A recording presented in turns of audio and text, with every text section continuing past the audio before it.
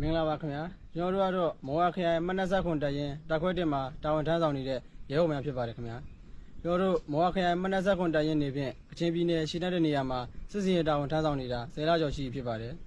ရှေ့တန်းစစ်မြေပြင်မှာလိုအပ်ချက်များစွာရှိပေမဲ့ရဲဘော်တွေအတွက်အဓိကလိုအပ်တာတော့ကြီးကားပဲဖြစ်ပါတယ်လိုအပ်နေတဲ့ကြီးကားတွေကိုတက်ဆင်ပေးနိုင်ဖို့ကျွန်တော်တို့မော်ဝခရိုင်မနက်ဆက်ခွန်တရင်မှာ15ရက်10လ2025ရက်နေ့မှာကာကွယ်လုံခြုံကြီးကားတော်အမည်ဖြင့်ကမ်ပိန်းလေးပြုလုပ်သွားမှာဖြစ်ပါတယ်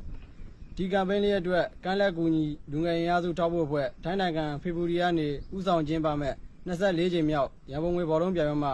ပါဝင်ကူညီပေးမှုအတွက်အထူးပင်ကျေးဇူးတင်ရှိပါတယ်ခင်ဗျာဘောလုံးပြိုင်ပွဲမှာရရှိလာတဲ့ရန်ကုန်ငွေအားလုံးကိုကာကွယ်လုံခြုံကြီးကားဆုံးကမ်ပိန်းလေးတွင်အသုံးပြုသွားမှာဖြစ်ပါတယ်ရန်ကုန်ငွေဘောလုံးပြိုင်ပွဲတွင်ပါဝင်အားဖြည့်ပေးကြတဲ့ဘောလုံးအသင်းများတော်လန်ပြည်သူများနဲ့ထောက်ဖို့ပွဲသီးများအားလုံးကိုကျွန်တော်တို့မော်ဝခရိုင်မနက်ဆက်ခွန်တရင်မှရဲဘော်များအားလုံးကိုစားထူးပင်ကျေးဇူးတင်ရှိကြောင်းဒီနေ့ကနေပြောကြားလိုပါတယ်ခင်ဗျာ